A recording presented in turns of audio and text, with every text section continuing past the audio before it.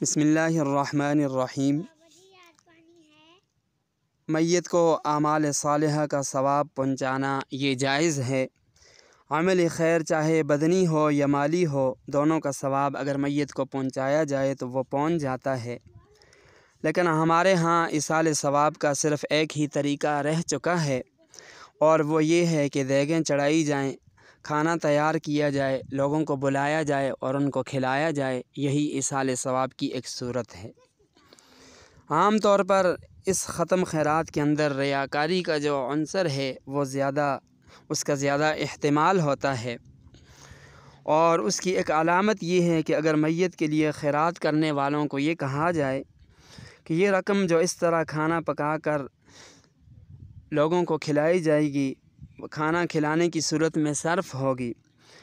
اس میں امیر غریب تھوڑا تھوڑا کھا لیں گے اور صرف ایک وقت کا ان کا گزارا ہوگا،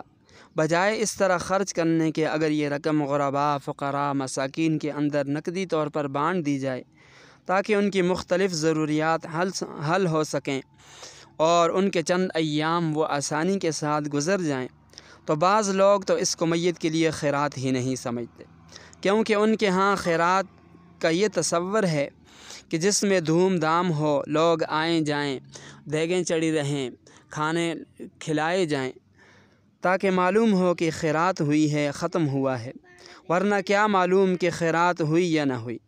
تو یاد رکھیں، یہ تو سراسر ریاکاری ہے جس کا کوئی ثواب نہیں ملنے والا، بلکہ الٹا گناہ ہونے کا شدید خطرہ ہے۔ البتہ بعض لوگ چپکے سے اس طرح مستحق افراد کے اندر رقم بانٹ لینے کو بھی وہ خیرات سمجھتے ہیں، لیکن چونکہ عمومی ایک رسم پڑ چکی ہے کہ ہر جگہ خیرات ہی ہوتی ہے اور میت کے لیے ایصال ثواب کے لیے ختم خیرات ہی کیا جاتا ہے،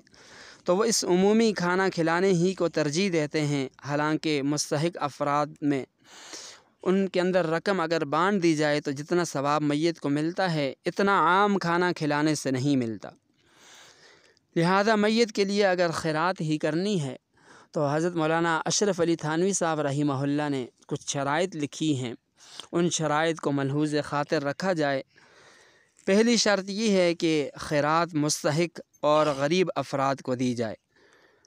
مالدار لوگ کھا گئے تو غریبوں کو کھانا کھلانے والا جو اجر و ثواب تھا وہ میت کو نہیں پہنچے گا۔ دوسری شرط مولانا صاحب نے یہ لکھی ہے کہ میت کے لیے جو بھی خیرات کی جائے اس میں یتیم اور نابالغ کا مال شامل نہ ہو۔ کیوں؟ اس لیے کہ اگر اس میں یتیم اور نابالغ کا مال شامل ہوگا، چونکہ نابالغ کی اگر وہ اجازت دے تب بھی شرعاً اس کی اجازت کا اعتبار نہیں، تو کھانا کھلانے اور کھانے والے دونوں گنہگار ہوں گے، میت کو ثواب پہنچنا تو بہت دور کی بات۔ تیسری شرط یہ لکھی ہے کہ خیرات میں دکھاوا، نام نمود، ریاکاری مقصود نہ ہو، ورنہ ثواب کے بجائے الٹا گناہ ہوگا، میت کو کوئی ثواب نہیں پہنچے گا۔ اور چوتھی شرط یہ لکھی ہے کہ کھانا کھلانا ہو یا کوئی کار خیر ہو، اس کے لیے کسی خاص دن کو اس طرح مقرر کرنا کہ اس کی رسم پڑ جائے، جس طرح کہ ہمارے ہاں تیجا ہوتا ہے، 40واں ہوتا ہے، جمعہ جمعرات ہوتا ہے، برسی ہوتی ہے،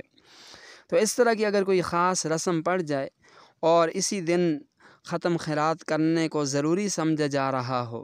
تو یہ بھی ناجائز ہے، کیونکہ کسی بھی دن کی رسم ڈالے بغیر صدقہ خیرات کرنا یہ ضروری ہے۔ چوتھی شرط یہ لکھی ہے کہ مسکینوں کو کھانا کھلانا الگ کار خیر ہے، اور قرآن مجید کی تلاوت یہ الگ عبادت ہے، کار خیر ہے۔ ان دونوں کو ضرور اکٹھا کرنا، یعنی کھانا سامنے رکھ کر فاتحہ پڑھنا اور فاتحہ سے پہلے کسی کو کھانا نہ دینا، یہ ایک ناجائز قسم کی رسم ہے، اس کا ترک بھی ضروری ہے۔ تو میت کے لیے صدقہ خیرات بھی کیا جا سکتا ہے، نقدی رقم بھی دی جا سکتی ہے، لیکن نقدی رقم اس کے اندر میت کے ورثہ کا بھی زیادہ فائدہ ہے، اور سب سے بڑھ کر جس کے لیے آپ ختم خیرات کر رہے ہیں، جس کو ایصال ثواب کر رہے ہیں، اس کے لیے سب سے زیادہ فائدہ نقدی رقم میں ہے۔ میت کو زیادہ سے زیادہ ثواب پہنچانے کی سب سے بہتر صورت یہ ہے کہ فقراء، غرباء، مساکین کے ساتھ نقدی کی شکل میں تعاون کیا جائے تاکہ وہ اپنی ضروریات کے مطابق اس سے فائدہ اٹھا سکیں۔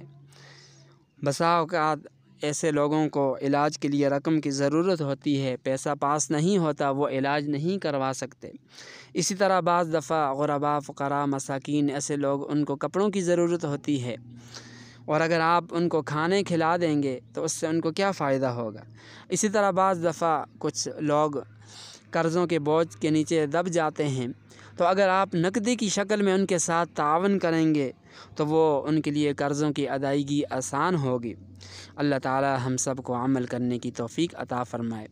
اور اللہ تعالی ہم سب کو اپنی رضا خوشنودی کے مطابق ہر نیک عمل کو کرنے کی توفیق عطا فرمائے۔